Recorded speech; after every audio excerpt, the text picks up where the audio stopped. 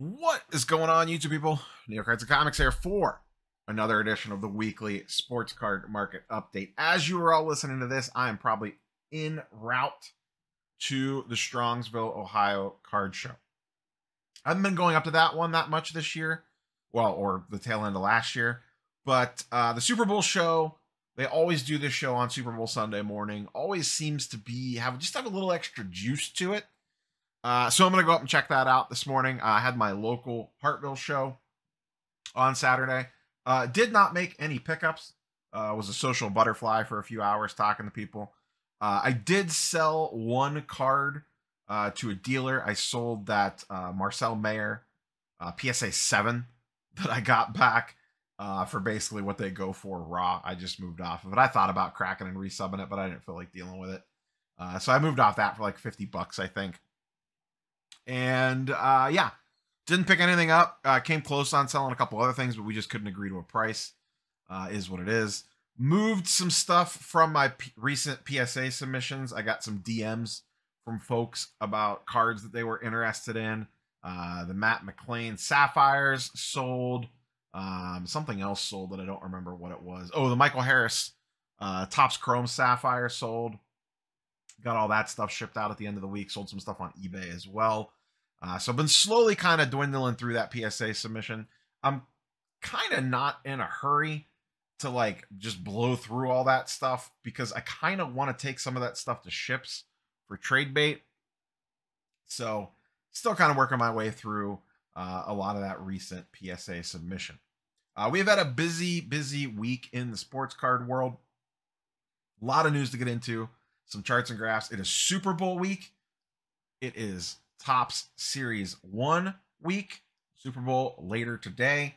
I have really not made an official prediction. I got to sit down and kind of look at, figure I'm going to throw like a few bucks on the old bet. I'll probably take the 49ers if I had the bet just to go, against the villain that now is Patrick Mahomes and Taylor Swift and Travis Kelce. But I really don't have a super hot or confident take one way or the other when it comes to this game. I think it will be pretty close, all things considered. But lots of card stuff to get into. Before we do, quick shout out to our channel partner, ComC. They have a fantastic promotion running right now. And boy, oh boy, does it lean right in to me opening a bunch of Topps Series 1 this week. They are doing 30% off MLB submissions, so any baseball submissions. Now the thing is, this stacks with fresh pulls, so you could submit your Topps Series 1, get 50% off for fresh pulls at you submit it $1 per card, get that off, and get the 30% off. So you get it for like 35 cents, 30 cents a card. I think it is 35 cents a card. You would be able to get Topps Series 1 up on the site in under 2 weeks. So I will 100% be taking advantage of that later this week, most likely. I still have to figure out a plan with Series 1, like where I'm buying it from, how much I'm getting, when I'm going to open it, and all that. So stay tuned to the various social platforms. I will try to not impromptu that. It will be scheduled in advance, at least a few hours, so you all know when we go full degen mode on some Topps Series 1. But do not hesitate to take advantage of this ComC offer. This is going to be great if you are ripping a bunch of Series 1 and you want to, the stuff that you don't want to send in for grading or just sell yourself on eBay. The smaller cards, the $1, $3, $4, $5 cards, $10 cards, get those sent off to them. I am still working through selling stuff from my most recent submission. Been selling like 3 to 5 cards a day. Seem to move out of the old ComC store, continuing to build that war chest over there. Let's go ahead and get into some newsy stuff because we got quite a few things to run through this week. I'm not going to talk about it here. We had the PSA news with their new label. We had the Prism numbers come out. We had Topps Series 1 numbers come out. I did individual videos on all those.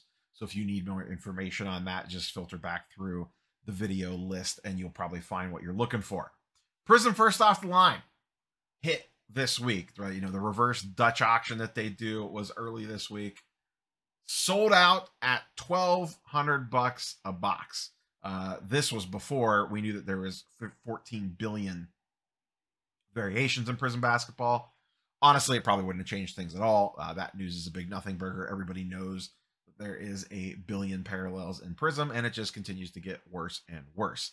I think straight hobby boxes of this have been going for around 800-ish, give or take.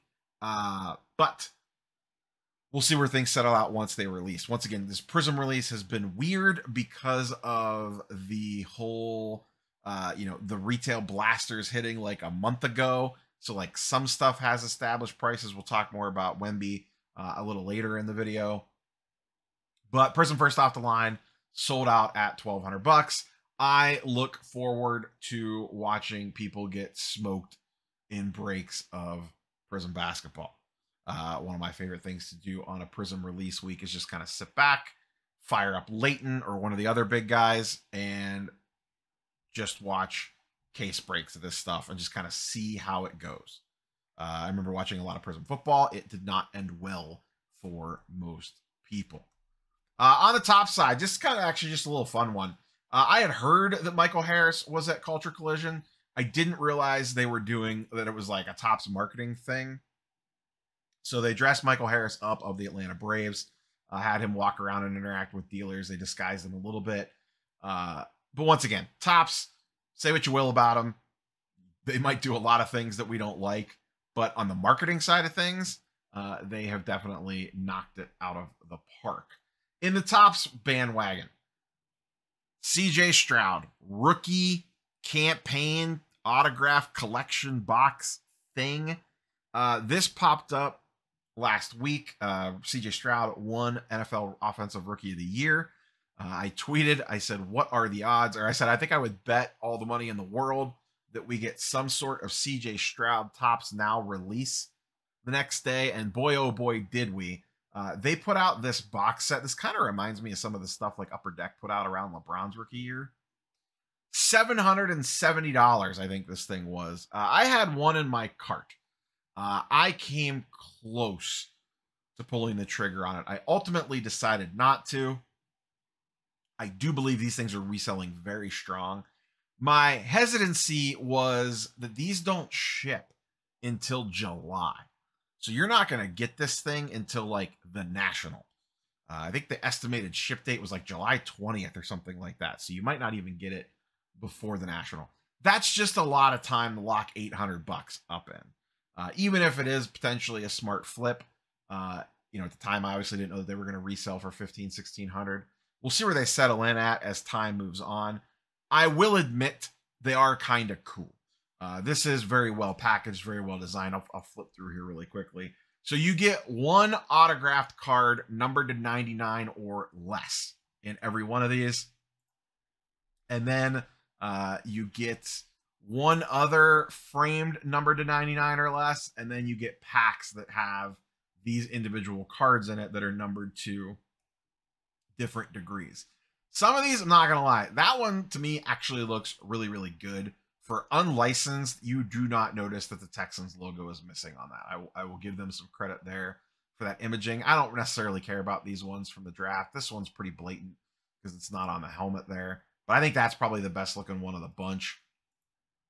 That one's not bad either. Once again, the way that they, the photo that they chose does not make it noticeable that this is an unlicensed card. So they continue to milk the CJ Stroud thing. We can kind of see the packaging there. You open it up, you get your autograph card, your numbered card, and then your pack. It'll be fun to watch people open these. I'm not regretting it too bad that I didn't get one.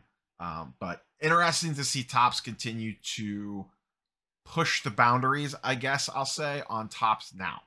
I am very curious to see what this looks like when they have full rights to baseball, basketball, and football. I really like Topps Now. It's not an investable product at all, I don't think, outside of a couple key cards here and there.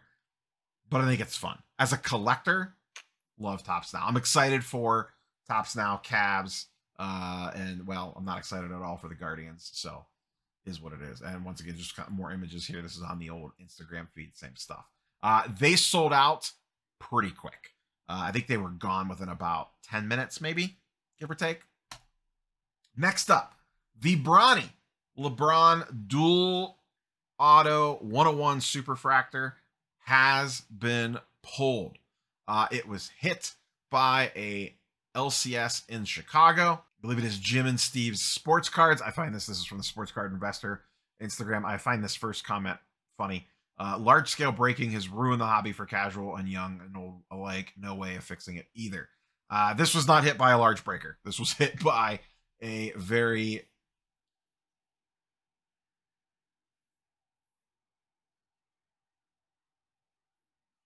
what I believe is a pretty old school LCS. I could be wrong on that, but I believe it's just, you know, a small time local card shop that hit this. Not one of the crazy big time breakers. No loaded boxes. It appears like it wasn't even pulled on camera for all the tinfoil hat brigade out there. It's funny how anytime someone with a remote following hits something, it's immediately loaded. But when someone hits something like this and it's not on camera and it's a smaller store, nobody seems to care or talk about it. It can happen both ways. Next up, our old pal, Gary V.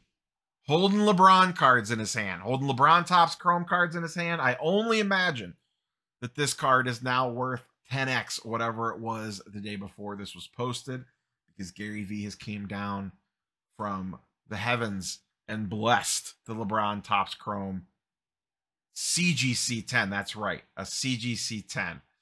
Looks like he had a bunch of cards graded with CGC. CGC did a whole Instagram post about it. There's all sorts of nonsense on here. Looks like they hand delivered some stuff. That's Andy Broom. He's been a guest on the channel before. Their head grader and president over there at CGC. There's him and Gary V. Looks like they graded a bunch of V-Friends cards for him. And then some sports cards as well. That's a pristine 10 LeBron Topps Chrome. And then a CGC 10 base. A whole bunch of stuff in there. A bunch of kabooms. All 10s. 10s all day for Gary V. I don't see any 9s, 9.5. 10, 10, 10, 10. Get the tinfoil out. And as I talked about before, Series 1 release week this week. Some stuff has already started to hit the bay. Looked like someone got some boxes early up in Canada. A couple singles already hit. It does look like quality control is, I don't want to say rough. It's just the way the cards are designed. I'll be curious to open some myself. It could have just been a random box, but the grading is going to be tricky with that all black design. And then on the gold mirrors, I saw the SSPs, the back is all gold.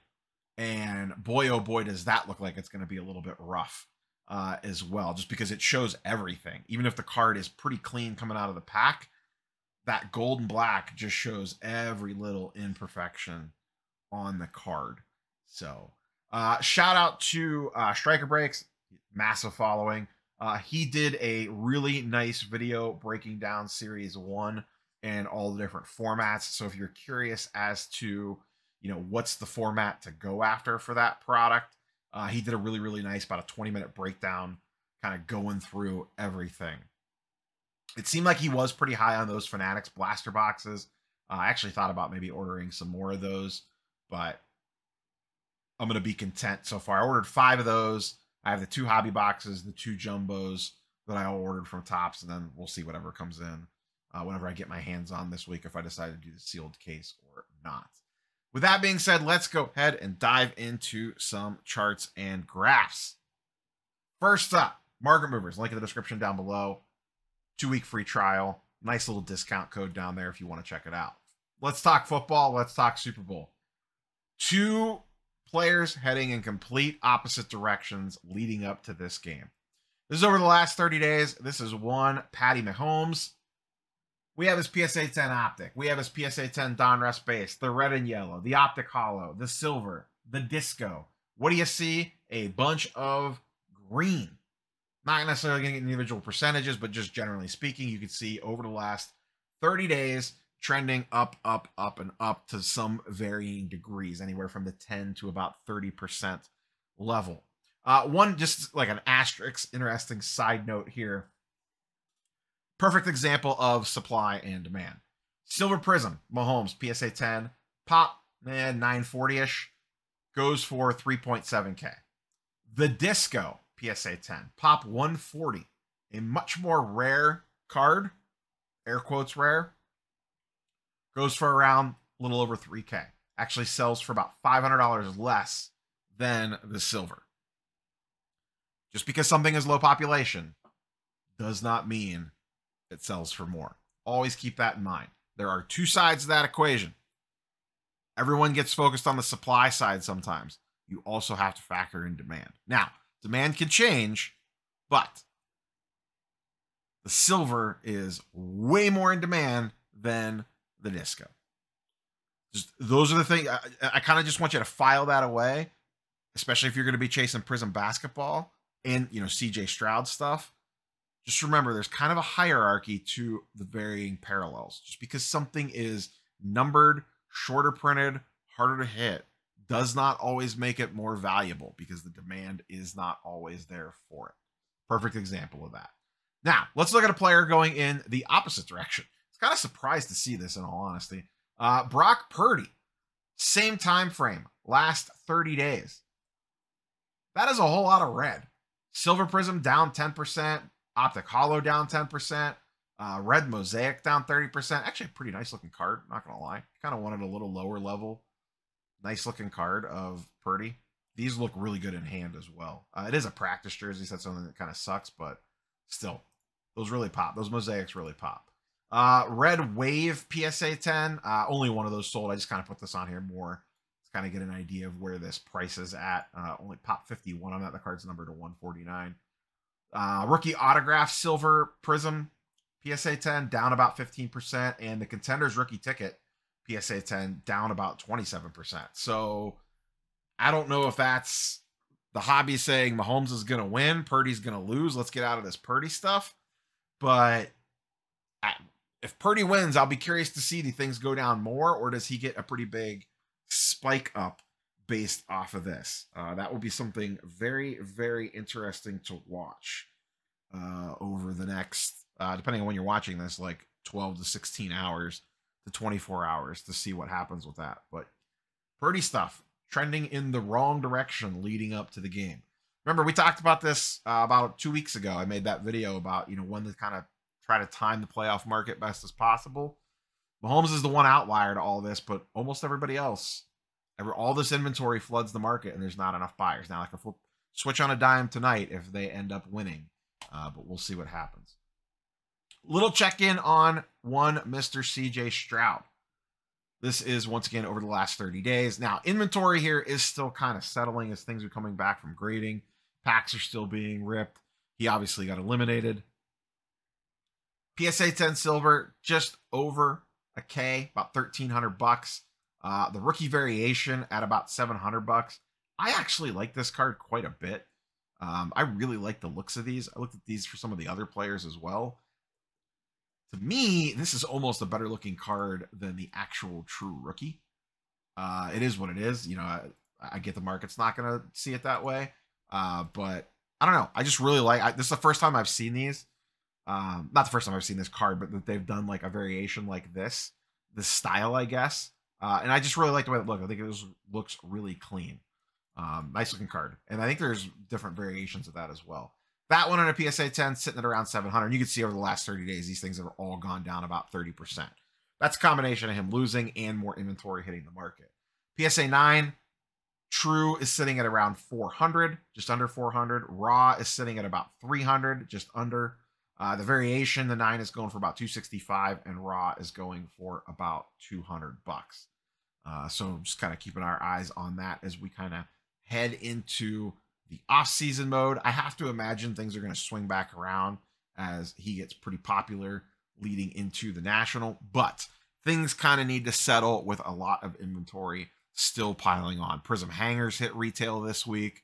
There's still a lot of Prism being opened up and a lot of inventory coming to market, and until that kind of slows down, we're still going to see these volatile prices before things kind of flatten out. Basketball, Wemby. This is just kind of more of a state of the market with him, stuff to keep in mind. We are probably going to see the same thing happen that we just saw on the Stroud, the slide before.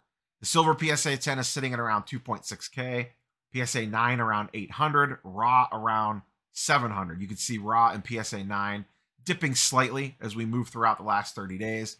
PSA 10 holding flat, only pop 10 on the PSA 10, only pop 20 on the PSA 9. But rinse and repeat what I just said for Stroud with Wemby, except this one's a little bit weirder because of the early retail release on the blasters. We're getting hobby this week. We are getting retail very soon. All that stuff's going to get ripped. All that stuff's going to get sent in. All that stuff's going to hit the market. Have to imagine 30 days from now when we look at these prices, I wouldn't be surprised if they're down another 10 to 30%. We'll see. He's still playing, so that kind of makes things a little bit weird, if he just starts going absolutely off. But I don't know that anyone's paying attention to the Spurs because they're super bad. Now, he's been playing great. He started a little slow. They're kind of limiting his minutes here and there. The team's an absolute disaster, but his numbers are out of this world, especially when you consider the amount of minutes per game he is playing.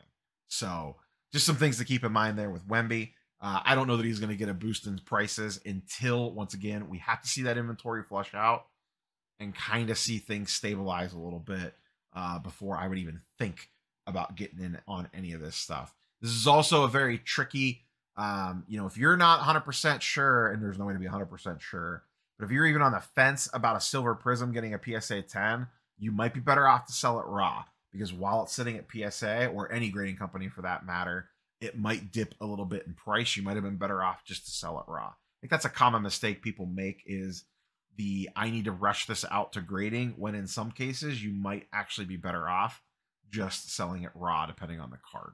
So something to file away there if you are degen ripping Prism. Couple players actually moving up a little bit. The NBA market has been a little stagnant throughout the season. We had the early rush on like the Maxis, the Halliburtons, the Embiids, and then things have kind of settled in place since Christmas. But it does feel like people are starting to look around going, that guy's been playing really, really good. One of the guys we talked about last week, we're going to talk about again. But another one, my boy, Donovan Mitchell. Cavs playing great. I'm actually getting ready to watch the Cavs game as soon as I finish recording this video on Saturday night. Cavs playing out of their mind lately. I think they've lost like 1 or 2 games in the last month. And Donovan has been playing amazing basketball. Just amazing basketball. His silver prism is up 40% over the last 30 days, from 180 up to 250. So it feels like people are starting to take notice. We're through the trade deadline now. Football season ends later today, and all eyes are going to shift to the NBA and baseball as we move out of active football nonsense. The other player, we talked about him last week, Jalen Brunson, continues to climb. Knicks had a very good trade deadline. So did the Mavericks. I don't necessarily like what they did per se from like a future of the team perspective, but I do like the players that they brought on. And same with the Knicks, just crushed it. I think they had the best trade deadline out of all the teams. They need to get healthy, but Brunson and the Knicks continue to roll. His stuff continues to climb. Over the last 30, he's up from 125 to 245. That's a 96% increase.